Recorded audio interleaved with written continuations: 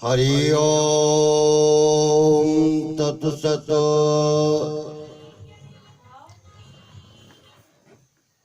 गीता जी में परमात्मा और जीवात्मा का स्वरूप भाग 2। जीवात्मा परमात्मा का तत्वतो भिन्न एव च लक्षणेषु द्वयो साम्यं कृष्णेन कथित स्वयं।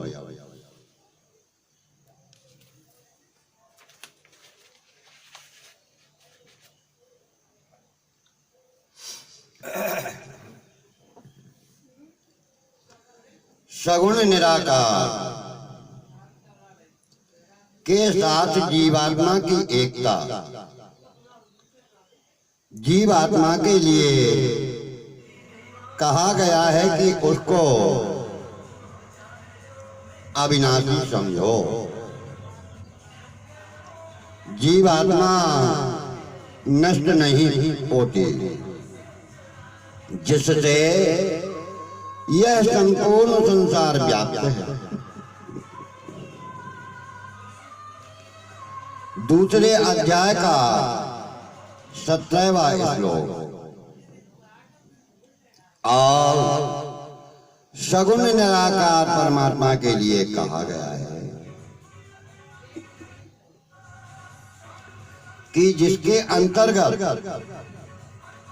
संपूर्ण प्राणी आते हैं और जिससे यह संपूर्ण संसार व्याप्त है,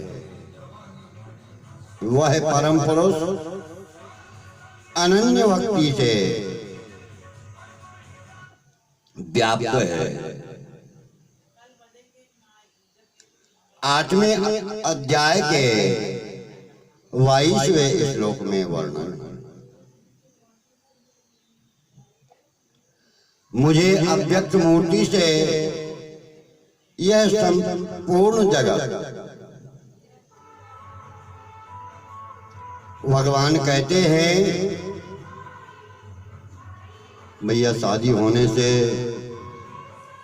पास में डिग्गी चल रही है, वह आवाज इसमें भर रही है। भगवान कहते हैं कि मुझ अव्यक्त मूर्ति से यह संपूर्ण जगत व्याप्त है। 9वें अध्याय का 4थे श्लोक में वर्णन, जिस परमात्मा से यह संपूर्ण जगत व्याप्त है, उसका अपने कर्मों के द्वारा पूजन करना चाहिए।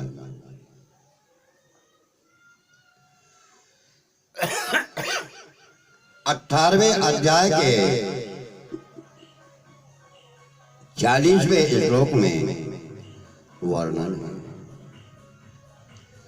जीवात्मा को भी ईश्वर कहा गया है। 15वें अध्याय के 8वें श्लोक में वर्णन है। और सगुण निराकार परमात्मा को भी ईश्वर कहा गया है। यह 18वें अध्याय के 61वें श्लोक में दर्शाया है। निर्गुण निराकार के साथ जीवात्मा की एकता जीवात्मा को भी संपूर्ण जगत में व्याप्त बताया गया है। दूसरे अध्याय के 17वें श्लोक में और निर्गुण निराकार परमात्मा को भी संपूर्ण चराचर प्राणियों में व्याप्त बताया गया है। 13वें अध्याय के 15वें श्लोक में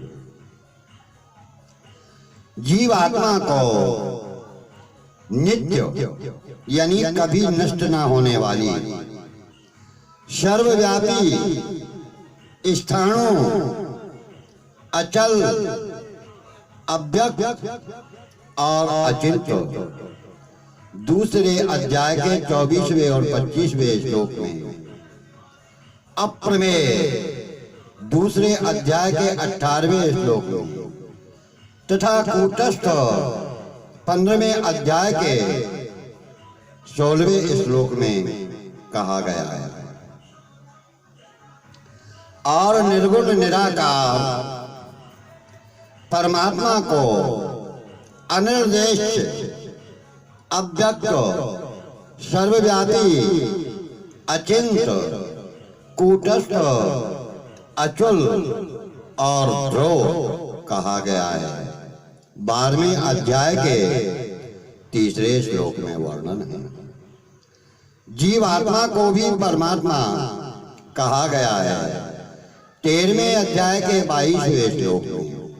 और निर्गुण निराकार परमात्मा को भी परमात्मा कहा गया है 6वें अध्याय के 7वें श्लोक में। जीवात्मा को भी निर्गुण कहा गया है 13वें अध्याय के 31वें श्लोक में। और निर्गुण निराकार परमात्मा को भी निर्गुण कहा गया है 13वें अध्याय के 14वें श्लोक में। सगुण साकार के साथ जीवात्मा की एकता। जीवात्मा को भी महेश्वर कहा गया है 13वें अध्याय के 22वें श्लोक में। और सगुण साकार परमात्मा को भी महेश्वर कहा गया है 5वें अध्याय के 29वें श्लोक में, 9वें अध्याय के 11वें श्लोक में, 10वें अध्याय के 3रे श्लोक में। 13वें अध्याय के 2 श्लोक में भगवान ने तू संपूर्ण क्षेत्रों में क्षेत्रज्ञ मेरे को ही मान, ऐसा कहकर जीवात्मा की अपने सगुण साकार के साथ एकता बताई। सब स्वरूपों के साथ जीवात्मा की एकता बताने का तात्पर्य यह है कि इस जीवात्मा की परमात्मा के साथ एकता स्वतः है, परंतु शरीर के साथ एकता मानने से परमात्मा के साथ एकता का अनुभव नहीं कर पाता। अतः साधक को चाहिए कि वह शरीर के साथ अपनी एकता को न माने कि मैं और शरीर एक हूं। प्रत्युत परमात्मा के साथ मजबूती से एकता मानकर अपनी साधना में लगना चाहिए, तो फिर उसकी एकता का अनुभव हो जाता है। परमात्मा के सगुण निराकार, निर्गुण निराकार और सगुण साकार, इन तीनों रूपों के साथ जीवात्मा की तात्विक एकता और मानी हुई भिन्नता है।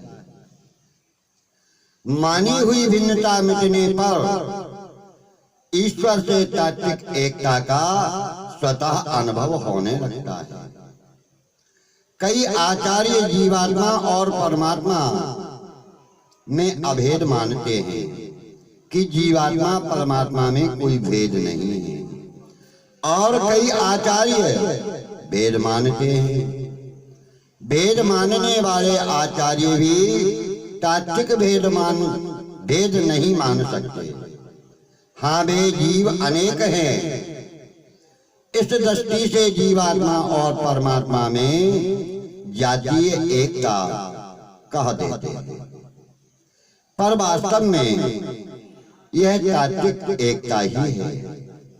कारण कि जाति वह होती है जो एक होते हुए भी सब में अलग अलग रहे। चेतन तत्व एक ही है और उसमें कोई भेद अनेकता नहीं है, पर उसमें जाति कैसे हो सकती है? अतः जीवात्मा और परमात्मा में तात्विक एकता है, अर्थात दोनों तत्व रूप से है। जीवात्मा अल्पज्ञ है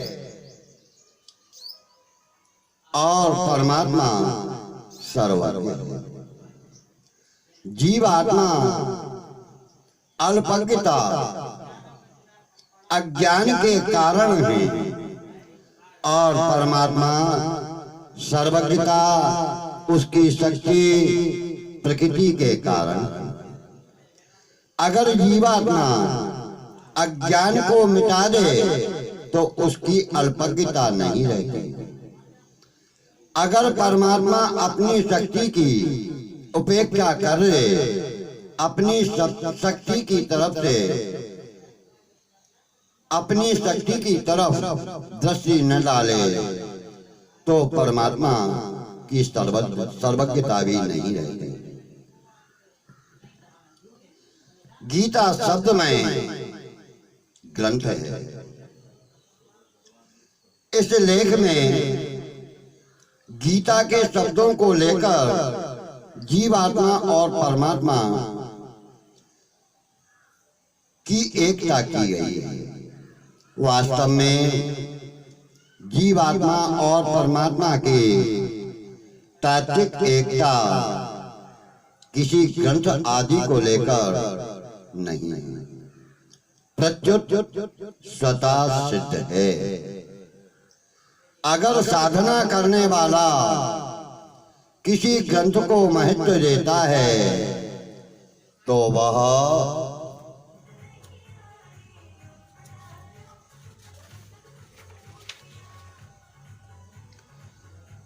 उस ग्रंथ में वर्णित तत्व के साथ अभिन्न होने के लिए, उसमें अपने को लीन करने के लिए ही करता है। जब साधना में साधक में सांसारिक वस्तु, व्यक्ति आदि का महत्व नहीं रहता तब तत्व से मानी हुई भिन्नता मिट जाती है, दूर हो जाती है। अर्थात परमात्मा से अपनी तात्विक एकता का अनुभव हो जाता है। तात्विक एकता का अनुभव होने पर व्यक्तित्व का अभिमान नष्ट हो जाता है, नहीं रहता। क्योंकि वास्तविक तत्व में व्यक्तित्व का अभिमान नहीं है। लोगों की दृष्टि में तो वह योगी, ज्ञानी अथवा प्रेमी कहा जाता है, पर वास्तव में वह योगी, ज्ञानी और प्रेमी नहीं रहता। प्रत्युत वह योग स्वरूप, ज्ञान रूप और प्रेम रूप हो जाता है। तत्व से एक होने के बाद